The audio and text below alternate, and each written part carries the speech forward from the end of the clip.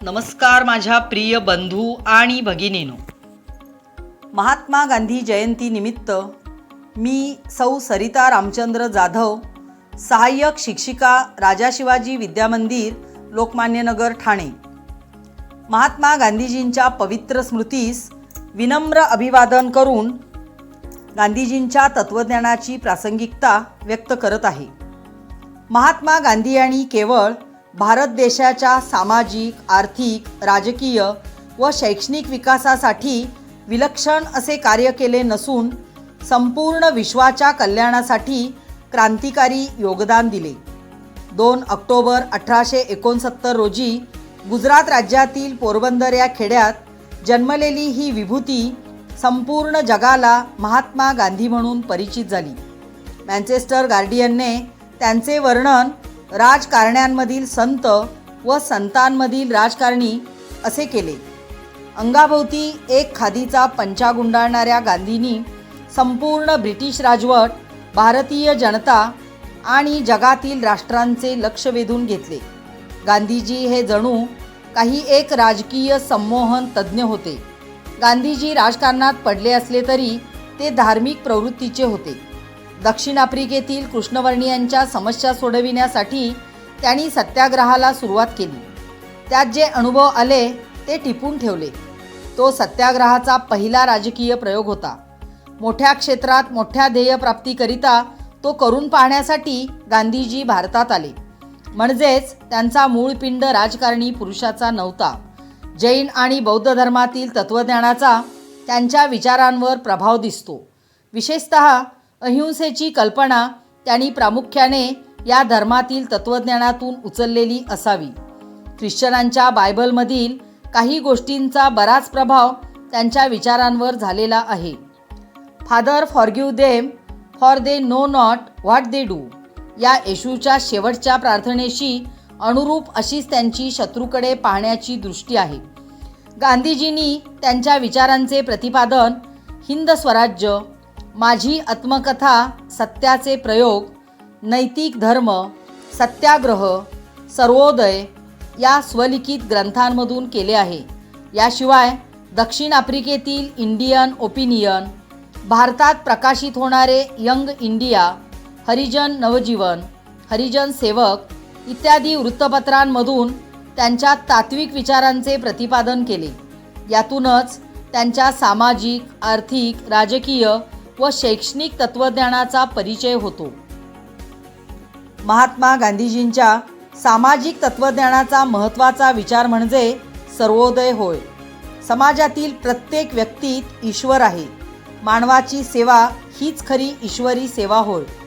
शिवभावे जीवसेवा हा महात्मा गांधीजींच्या सामाजिक विचारांचा गाभा आहे. समाजसेवेतून सर्वोदय व सर्वोदयातून आत्मानुभूती असा संबंध त्यांनी लावला. गांधीजींनी बहुमतांचे कल्याण असा शब्दप्रयोग केला नाही, तर सर्वांचे कल्याण असा शब्दप्रयोग केला. समाजातील एक जरी व्यक्ती विकासापासून, कल्याणापासून वंचित राहिली तरी सर्वोदय होणार नाही. अशा प्रकारे सर्व व्यापक समाजसेवेची व समाज कल्याणाची सर्वोदयी कल्पना गांधीजींनी मांडली. केवळ साध्य महत्त्वाचे, त्यासाठी वापरावयाची साधने कशीही असली तरी चालेल या कार्ल मार्क्सच्या विचारांशी महात्मा गांधीजींनी या संदर्भात फारकत घेतली होती. यासाठी साबरमती आश्रमात पाळण्यात येणाऱ्या 5 प्रतिज्ञा त्यांनी 1916 साली सांगितल्या. याच प्रतिज्ञा म्हणजे सत्य, अहिंसा, अस्तेय, अपरिग्रह, ब्रह्मचर्य. सत्य हा गांधीजींच्या जीवनातील व तत्त्वज्ञानातील ध्रुवतारा होय. अंतिम सत्यात संपूर्ण ज्ञान आणि अक्षय आनंद यांचा अंतर्भाव होतो. भाषण, कृती व विचार या तिन्हीत सत्य आणावयास पाहिजे. स्वातंत्र्य, न्याय व योग्य सामाजिक संबंध हे सत्य होय. पारतंत्र्य असत्य होय. अहिंसा म्हणजे आत्म्याचे सामर्थ्य असे गांधीजी सांगतात. अहिंसा हे साधन असून सत्य हे साध्य आहे. अहिंसा हा मानवी आत्म्याचा गुणविशेष आहे. अहिंसेच्या पालनासाठी निर्भयपणा फार आवश्यक आहे. अहिंसा हे शूरांचे लक्षण आहे. पण आवश्यक परिस्थितीत हिंसा करावी लागल्यास त्याला गांधीजींचा विरोध नव्हता. स्त्रीच्या अब्रूचे संरक्षण करण्यासाठी दुष्टांसमोर अहिंसा अयशस्वी ठरल्यास सरळ हिंसा करावयास हरकत नाही, असे महात्मा गांधीजींचे मत होते. जर सत्य किंवा अहिंसा यांचा त्याग करण्याचा प्रसंग आला तर अहिंसेचा त्याग करावा, परंतु सत्याची कास सोडू नये, असे त्यांनी स्पष्ट सांगितले आहे.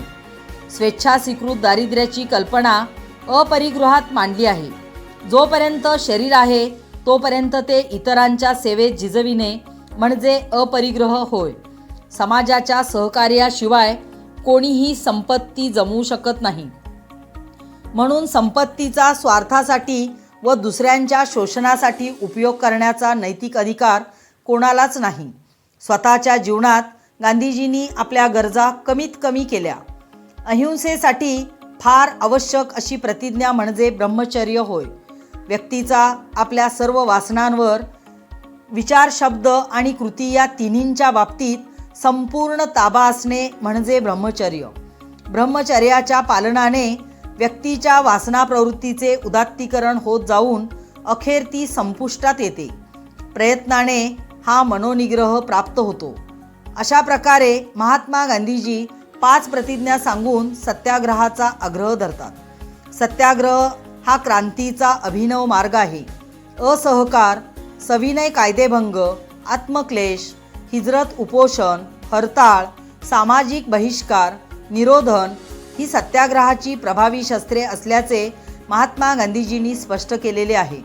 गांधीजींच्या तत्त्वज्ञानाचा अभ्यास करताना त्यांच्या आर्थिक तत्त्वज्ञानाचा विचार करणे क्रमप्राप्त ठरते. गांधीजींचे अर्थकारण मानवतावादावर आधारलेले आहे. विश्वस्त कल्पना हे त्यांच्या आर्थिक विचारसरणीतील महत्त्वाची कल्पना होय.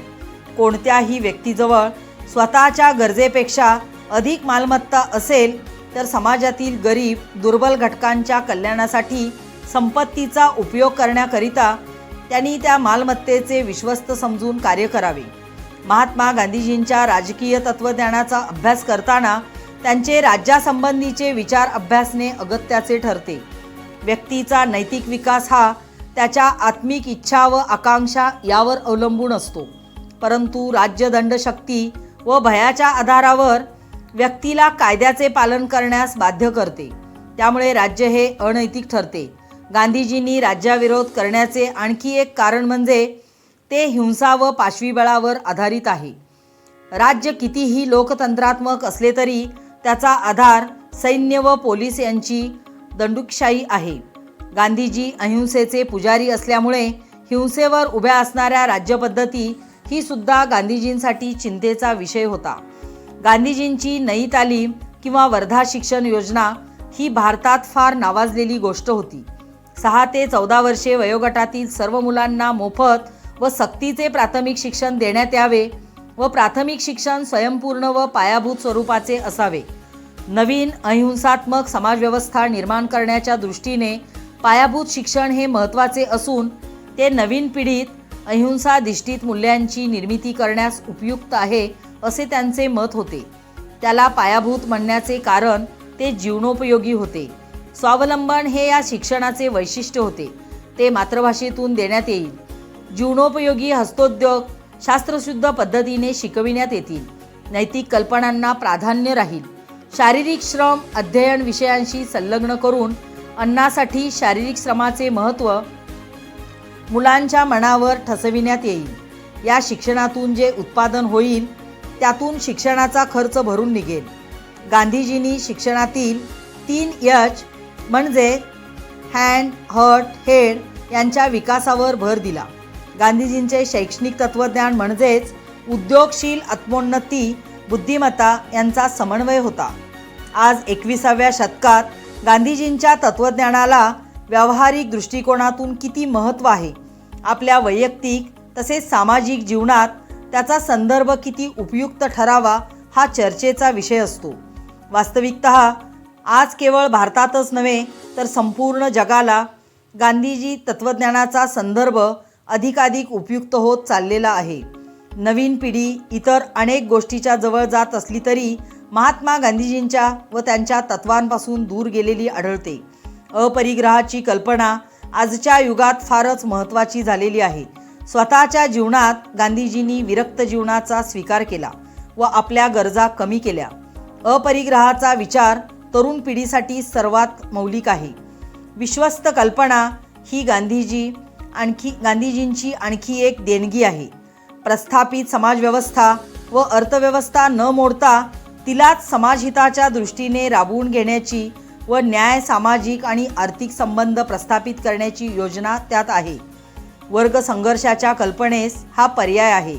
अण्णा हजारेंच्या आंदोलनामुळे सरकारला करावा लागलेला माहितीचा अधिकार अधिनियम किंवा संसदेत मांडलेले लोकपाल विधेयक हे गांधीजींच्या सत्याग्रही विचाराचे आजचे यश आहे. आजच्या शिक्षण प्रणालीत गांधीजींचा मूलोद्योगी शिक्षणाचा विचार अपरिहार्य आहे. शिक्षणाचा खर्च विद्यार्थ्यांनी निर्माण केलेल्या वस्तूंच्या विक्रीतून भागविला जाणे आज जरी शक्य नसले तरी शिक्षणाची जीवनातील उपयोगिता यासाठी त्यांची शिक्षण योजना प्रभावी ठरते. थोडक्यात गांधीजींचे सामाजिक, आर्थिक, राजकीय व शैक्षणिक तत्त्वज्ञान अप्रासंगिक नसून तो एक शाश्वत विचार आहे. त्याचा जीवनात अंगीकार करणे आवश्यक आहे. त्यांच्या पवित्र स्मृतीस शतशः प्रणाम. जय हिंद, जय महाराष्ट्र.